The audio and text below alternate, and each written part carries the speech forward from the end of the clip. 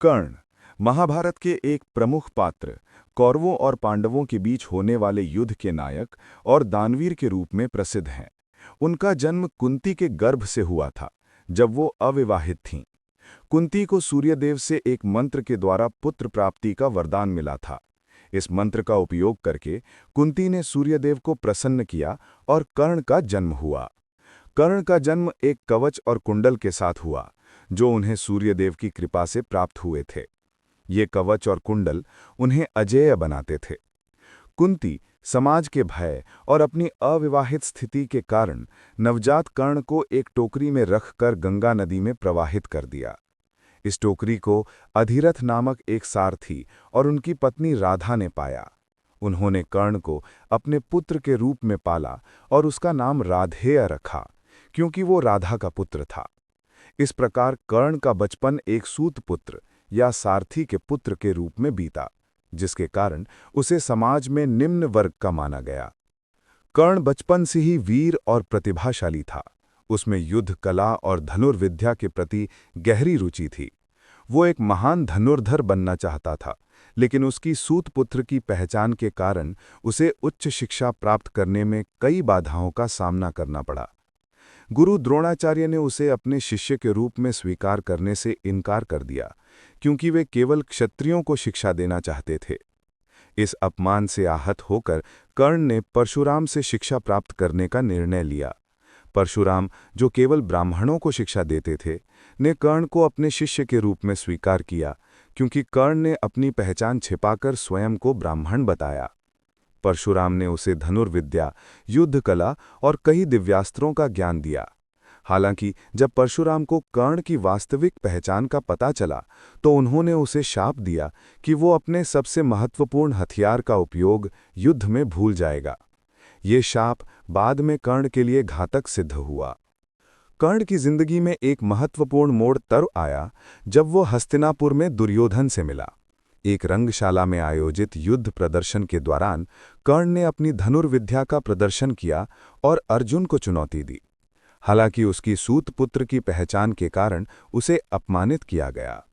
दुर्योधन, जो पांडवों के प्रति शत्रुता रखता था, ने कर्ण का समर्थन किया और उसे अंग देश का राजा बना दिया।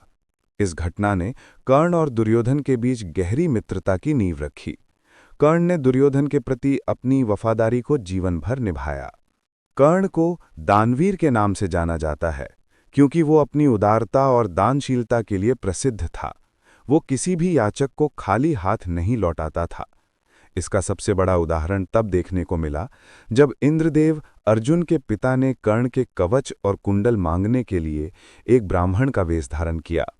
कर्ण को पता था कि इनके बिना वो असुरक्षित हो जाएगा, फिर भी उसने अपने कवच और कुंडल दान में दे दिए। इस दान के बदले में इंद्रदेव ने कर्ण को एक शक्तिशाली शक्ति दी, जिसे वो केवल एक बार उपयोग कर सकता था। महाभारत के कुरुक्षेत्र युद्ध में कर्ण कौरवों की ओर से लड़ा। वो दुर्योधन का सबसे बड़ा समर्थक और कौरव सेना का एक प्रमुख सेनापति था। युद्ध में उसने अपनी वीरता और धनुर्विद्या का अद्भुत प्रदर्शन किया। हालांकि कई शापों और दुर्भाग्य के कारण उसका अंत निकट आ गया।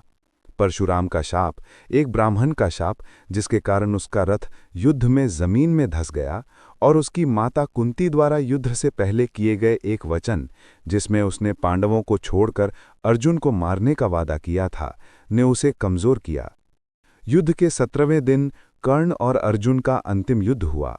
कर्ण का रथ धंस गया और वो अपने हथियारों का उपयोग करना भूल गया। इसी समय अर्जुन ने श्रीकृष्ण के निर्देश पर कर्ण पर प्रहार किया और उसकी मृत्यु हो गई। कर्ण का चरित्र महाभारत में एक त्रासद नायक के रूप में चित्रित किया गया है।